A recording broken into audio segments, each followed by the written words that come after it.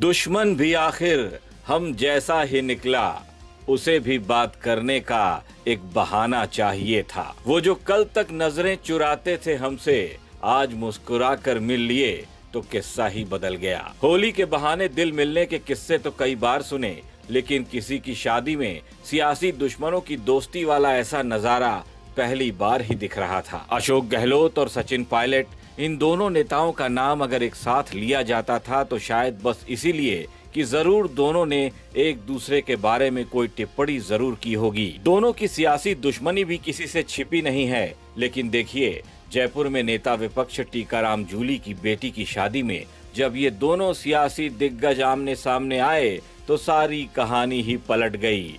नजरें मिली, फिर चेहरे पर मुस्कुराहट आई, दूसरी ओर से सलाम करने को हाथ उठा और सीधे दिल को छू गया। फिर तो एक साथ बैठे, चाय पी, गपशप भी खूब हुई। देखने वाले ये भी कहने लगे कि वाह क्या सीन है। अब जूली की बेटी की शादी थी तो प्रदेश के सारे बड़े नेता आमंत्रित थे। यहाँ कांग्रेस और बीजेपी में कोई भेद नहीं दिखा, सब लोग एक ही रंग में रंगे थे।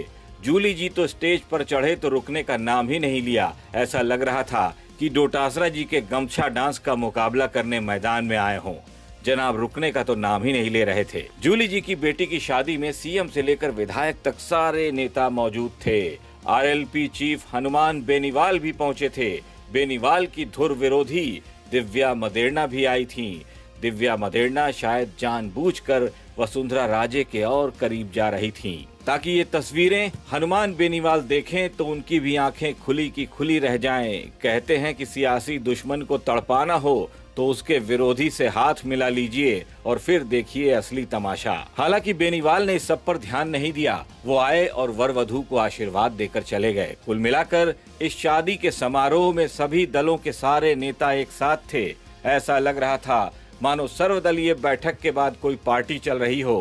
खैर, जिसके दिल में मलाल है वो कोई मिटा नहीं सकता, और जिसका दिल साफ है उसे कोई मैला भी नहीं कर सकता। सारे नेता यहाँ एक साथ थे, माहौल भी बिल्कुल जुदा था। सोचिए ऐसा ही अगर सच में हो जाए तो कितना अच्छा होगा।